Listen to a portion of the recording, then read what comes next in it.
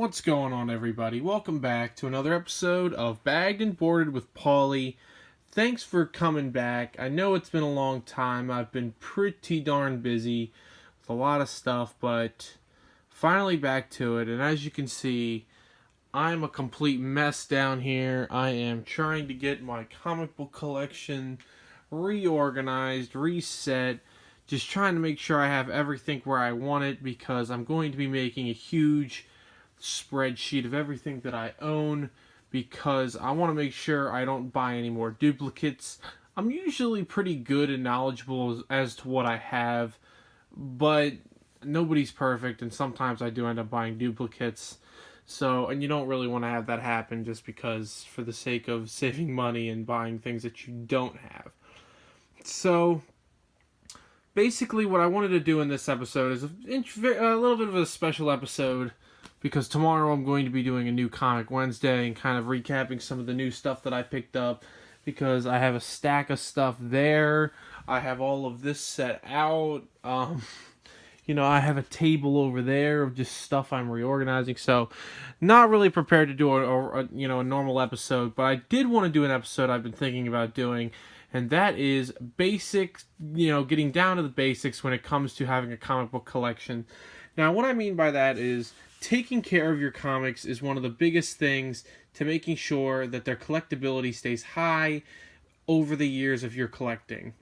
Now, what I mean by that is, basically the name of the show is called Bagged and Boarded, because that's probably the most important thing you can do for your comic books. And what does it mean to bag and board a comic? Well, basically, if you go into any comic book store, you will find not only bags, but also boards. So this is your basic white comic book board. It's pretty solid. I think it's made out of like a, sort of like a thin cardboard or whatever, but as you can see, it's not very flimsy. It's stable, and it's good to keep your comic book flat. It'll keep it from bending. When it sits in the box, it'll sit straight up. It won't, start to crinkle or anything like that. It'll stay straight up while it's sitting in the bag. Now, what I mean by bag is you can find, well, here you go. I'll just show you the whole bag. Now, Comic Care is probably the one I recommend the most. This is the only brand I use. This is the one you'll probably see in most comic book stores, but you can find some cheaper versions on Amazon or anything else. But most comic book stores, any normal, solid comic book store will carry Comic Care. So I highly recommend you getting Comic Care. And if you're like me and you actually like to double bag and board your comics, for example here, just Angel Queen of Hell. As you can see, I like to put 2 comics in per single bag and single board, just because it saves space, saves money, and you can actually keep things together a lot better this way. So I have number 1 and number 2 together right here. These are the only 2 I have, so it's actually extremely convenient. I don't have to carry around 2 individually bagged and board comics. Now, of course, some, you may want to keep individually. For example, my Miss Marvel number 1 that you can see right up there, I keep that one by itself in a single bag and board. That's actually double bagged and double boarded, and then inside another protective shell, just because it's probably my most treasured comic book that I own. But like I said, it's all up to you. Whatever you want to do. You're not required to double bag and board your comics. That's just what I do, because when you have a collection as big as mine, it's just easier to double bag and board, to save money, save space, and overall keep things better organized. So, like I said, Comic Care comes in many different versions. This is just the current size. And like I said, they show you, they'll tell you what it protects, what it includes, and basically what it can hold. Now, current is a pretty good size, but I've honestly been noticing that the current size is a little small, and I find myself kind of forcing some of my books into that one. So I'm actually going to go to the Silver Age, and I highly recommend the Silver Age size to anyone that is into the whole double bagging and boarding concept. That's what a friend of mine told me about, and that's actually what I'm going to go for next time I go to buy bags and boards, is the Silver Age. just so that I don't have to, things aren't too snug in the bag and board. Because you don't want to end up accidentally having a fold in the book, like in one of the corners, get folded in, and then it gets all messed up. So, yeah. So, yeah, that's just your basic tip in that regard. But another thing you want to do when you're collecting is have dividers. Now, dividers, in my opinion, can be anything. This is probably the cheapest type of divider I own. Just a literal solid cardboard divider. I actually like this a little bit better. I don't know why, but the cardboard divider is kind of a lot more solid and sturdy. So actually, I might highly recommend those. But for the most part, the type of divider you're going to find is this type of divider here. Your kind of typical, the kind that you saw in school or in a filing cabinet. You definitely want that little tab at the top to be able to mark what it is. Like, for example, just very broad X-Men. So you want to be able to find your books. You don't want to have to go rifling through books for a long time, especially if you have a lot of the same thing. Like, I have a lot of, I have a lot of different Miss Marvel and Captain Marvel, so I'm not going to just label it Carol Danvers and go rifling through all those books.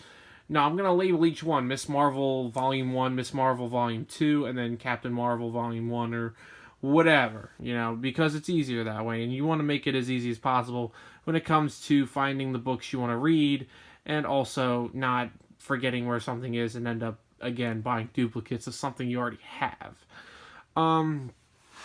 So I guess the next thing I wanted to talk about was, where do you put your comics after they've been bag boarded and you have your dividers ready to go? Where do you put them?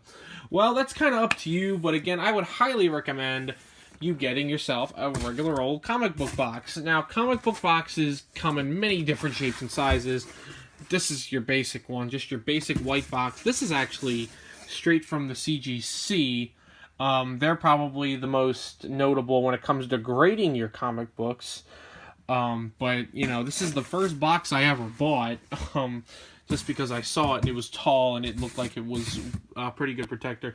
But honestly, the CGC comic book boxes are taller because they're meant to organize comic books that have already been graded. So I wouldn't go with the CGC boxes unless you're a graded comic book collector or you constantly are getting your comics graded.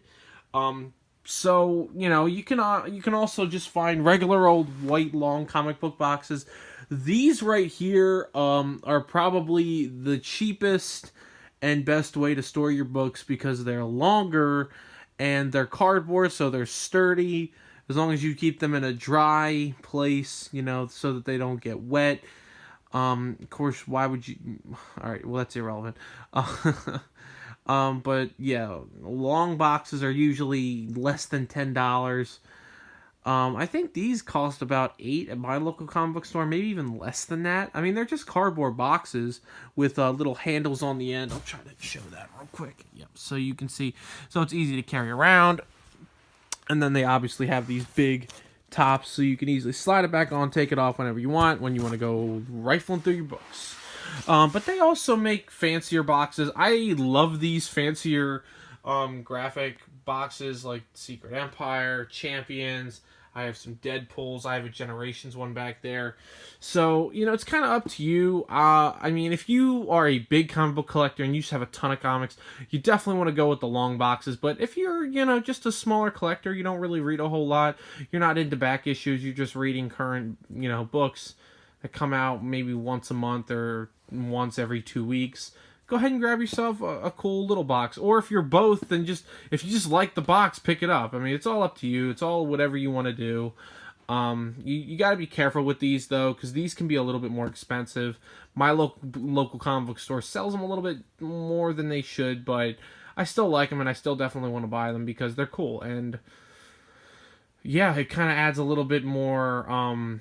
it adds a little bit more of decor to the basement rather than just having white boxes everywhere. You have a little bit something else, there, so it doesn't just look like an eyesore of just white cardboard boxes sitting everywhere. So, yeah, also another little pro tip, get yourself a legitimate Scotch tape dispenser because you've got to be able to tape the bag and board after it's been finished. As you can see here, this little flap at the top, this comes open. I'll try to show this. I'm going to have to do this with one hand. I apologize. But as you can see, you load the comic book into the top with the bag and the board, and then this flap will come down, and then you put the tape down, and it keeps the comics safe. Now, one little pro tip I will have to share is you definitely want to press any air out of the bag and board. You don't want to have a lot of air in there, because then the comic books they get a little fatter and thicker, and that again takes up too much space in the box. And also, you don't want to have too much air in there. You don't want to have any chance of dust getting in there or other bacteria to age or put wear on your book. So you definitely want to have them as airtight as possible to keep them as safe as possible. So that's another little pro tip there.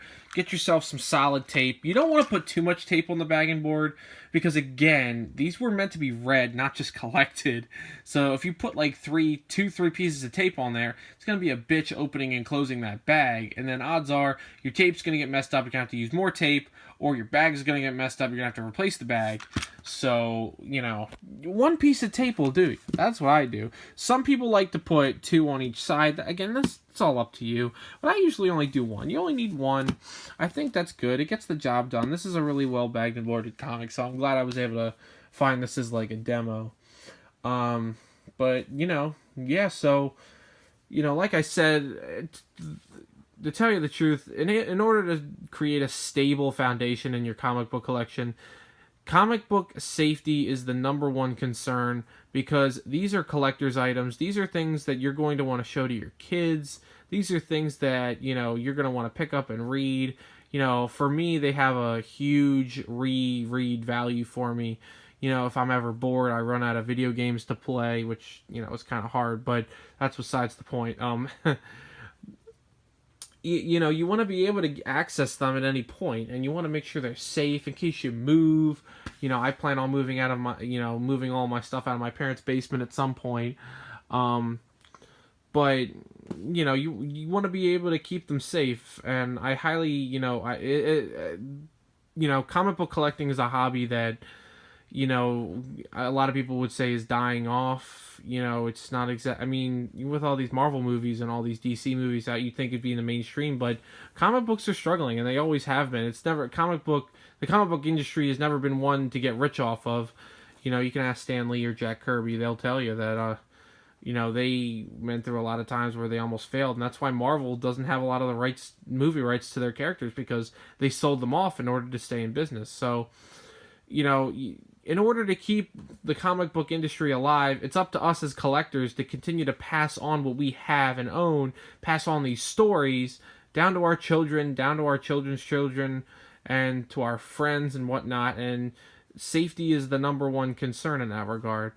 Alright, well, thank you guys for watching this very interesting episode of Bagged and Boarded, your basic comic book collecting 101 episode. I'm glad I was finally able to make this one while I'm sifting through my comic books and trying to figure things out. I love you guys so much. Thank you guys for watching. Don't forget to bag and board your comics. Go read a comic book. I'll see you guys tomorrow on New Comic Wednesday. Thank you guys for watching.